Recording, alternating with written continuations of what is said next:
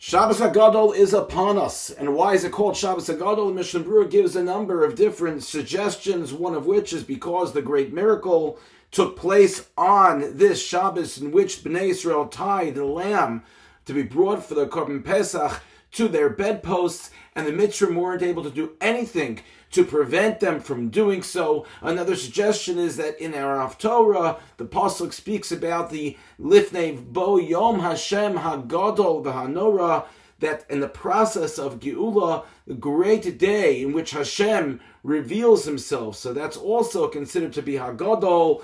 And the Bnei Yisachar, Zchus Yagan Aleinu, he also has a very interesting suggestion. And it's based on the following. The Gemara Maseches Pesachim explains that Shabbos is set, whereas the Yomim Tovim are all dependent on the decision of Bezdin. In other words, Shabbos every week, we know, 6 days, the seventh day is Shabbos. Why? Because Hashem created the world in 6 days, and on the seventh day, he rested. When the Gemara says that Shabbos has been set, what it means is that from the very first Shabbos until today, every 7 days has culminated with Shabbos. From the first Shabbos in creation, there has always been a Shabbos every 7 days.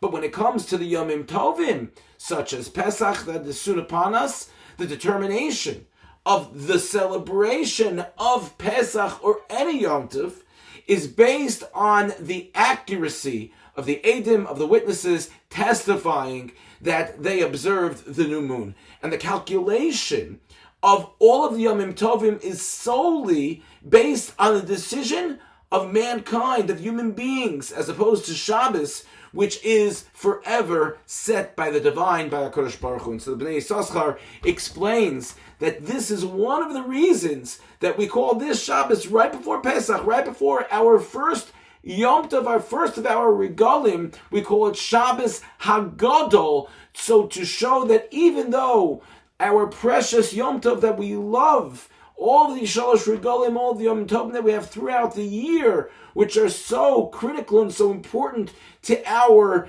religion, nevertheless, Shabbos is Gadol. Shabbos is higher, and we know this halachically, that Yom Tov moves aside because Shabbos has the higher level of holiness. May we merit that similar miracles that took place on the Shabbos HaGadol and to our ancestors in Mitzrayim take place to us in our generation.